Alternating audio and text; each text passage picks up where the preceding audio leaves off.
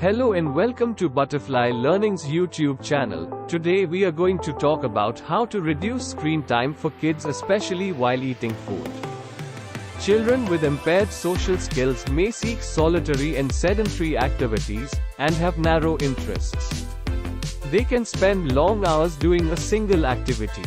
A lot of screen time hampers child's ability to learn and acquire new skills and interests, including social skills.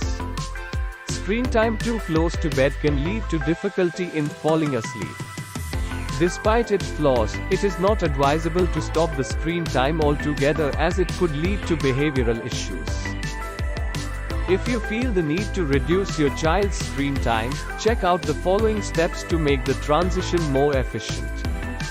Create a daily schedule and routine consistent. The schedule helps the child predict what to expect throughout the day. Make it inclusive. Include a variety of activities in your child's schedule. If you want to imbibe your child with social skills, include interactive activities too, but do not overdo it, as that can overwhelm your child. Don't ignore solitary activities either, as they may help recharge your child. Limit screen time in between social activities. Screen time should be limited to social activities are not possible, as others are not available to interact or play with the child. For instance, a mother may let her child watch TV while she cooks dinner. Place preferred activities after the less preferred ones. This is called delayed gratification. Preferred activities, including screen time, can become a reward for doing less preferred activities.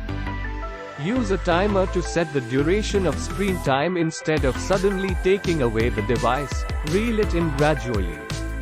Conveying the duration to your child will help them manage expectations. Decrease the screen time gradually. Replace the screen time with activities like playtime with mom or mealtime. Add more activities that don't include screen time. Replace the screen time before bed with a calming activity like reading a book or talking about their day.